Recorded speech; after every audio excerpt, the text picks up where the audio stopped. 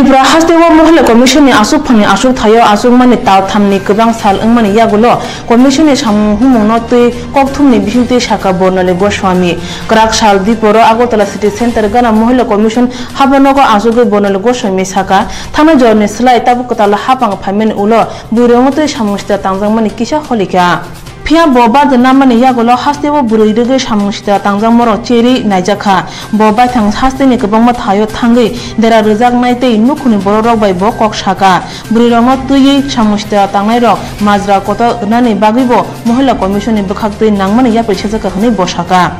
Pia bini obukhuni samako busuk jorate kubi ungno abuno tui kisa nasina nangnai buri rok mohila commission ni asuk phangni asuk thayo asuge satok pitok khaijak buri rok no kerongni bisingtui soi dorbar da rimano maya abuno phaching tabung nasikai publicly কোনো report হয়নি তার একদিন পর আবার গেছেন সেটা publicly press রিলিজও হয়েছে আমার ডালিয়া সিংহ এবং কাউন্সিলরকে নিয়ে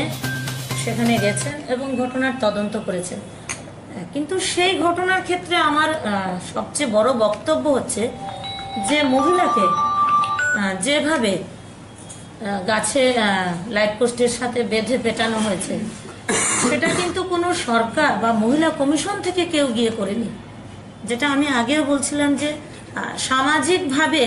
মহিলার উপরে এরকম একটা নির্যাতন করা হয়েছে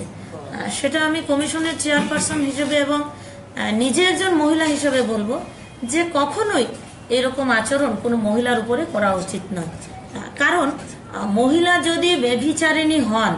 সেখানে মহিলা একা নিশ্চয়ই ব্যভিচার করেননি সেখানে একজন পুরুষ তার সঙ্গে লিপ্ত আছেন তাহলে মহিলা যদি ব্যভিচারিণী হন তাহলে পুরুষ কি করে ব্যভিচার করলেন না সেটা কিভাবে গ্রামের লোকেরা সিদ্ধান্ত নিলেন আর এই ধরনের সিদ্ধান্ত কখনোই নেওয়া উচিত নয় কারণ মহিলা সেটা আমি আগেও আরেকবার বলেছি আবার রিপিট করছি যে মহিলার উপর কেন করা হয়েছে মহিলার দুর্বল বলে মহিলার পাশে অন্য কেউ দাঁড়াননি এই কারণেই মহিলা দুর্বল বলে সেখানে কিন্তু পুরুষকে ব্যভিচার করেছেন সেরকম কোনো সিদ্ধান্ত গ্রামের লোকেরা নেন আমি প্রত্যেককে বলবো এই ধরনের ন্যাক্কারজনক কাজ যেন ভবিষ্যতে কোনো গ্রাম বা কোনো সালিশি সভা বা ত্রিপুরা রাজ্যের যে কোনো মানুষ যেন দ্বিতীয়বার না করেন সেটা মহিলার উপর একবার ব্যভিচারিণী বলে ভদ্রলোক আখ্যায়িত করেছেন তারপর গ্রামের লোক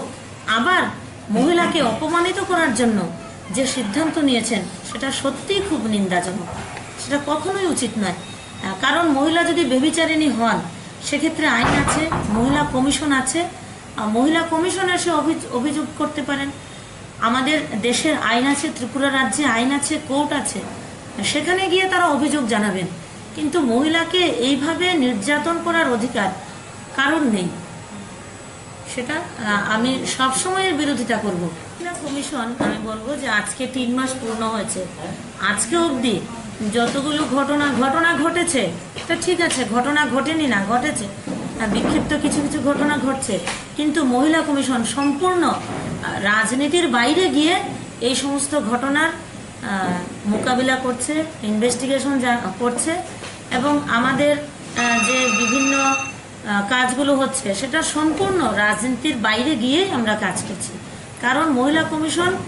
কোনো রাজনৈতিক সংগঠন নয় মহিলা কমিশন কখনোই রাজনৈতিক রং লাগিয়ে মহিলাদের আক্রমণ বা মহিলাদের সুরক্ষার ক্ষেত্রে কখনোই রাজনৈতিকতা করবে না সেটা আমি ব্যক্তিগতভাবে একেবারে আমি আমার জীবনের প্রতিটা মুহূর্ত রাজনৈতিকভাবে হয়তোবা আমি একটা সময় কাজ করেছি সেটা আমার ব্যক্তিগত জীবন কিন্তু এই কমিশনের চেয়ারটা কিন্তু রাজনৈতিক কোনো চেয়ার নয় সেটা আমি যতদিন এই কমিশনে আছি ততদিন পর্যন্ত আমি এটা মানে কি বলবো আমি একেবারে দৃঢ় প্রতিজ্ঞ হয়ে কাজ করব যে কে সিপিএম বা কে কংগ্রেস বা কে বিজেপি বা কে আইপিএফটি বা ত্রিপুরা রাজ্যে যতগুলো রাজনৈতিক দল আছে সেটা মহিলা কমিশনের দেখার উদ্দেশ্য নয় সেটা দেখবে তাদের রাজনৈতিক দল সেটা আমার লক্ষ্য নয় আমার লক্ষ্য হচ্ছে মহিলাদের সুরক্ষা সেটা যে কোনো উপায়ে আমি মহিলাদের সুরক্ষা করার চেষ্টা করি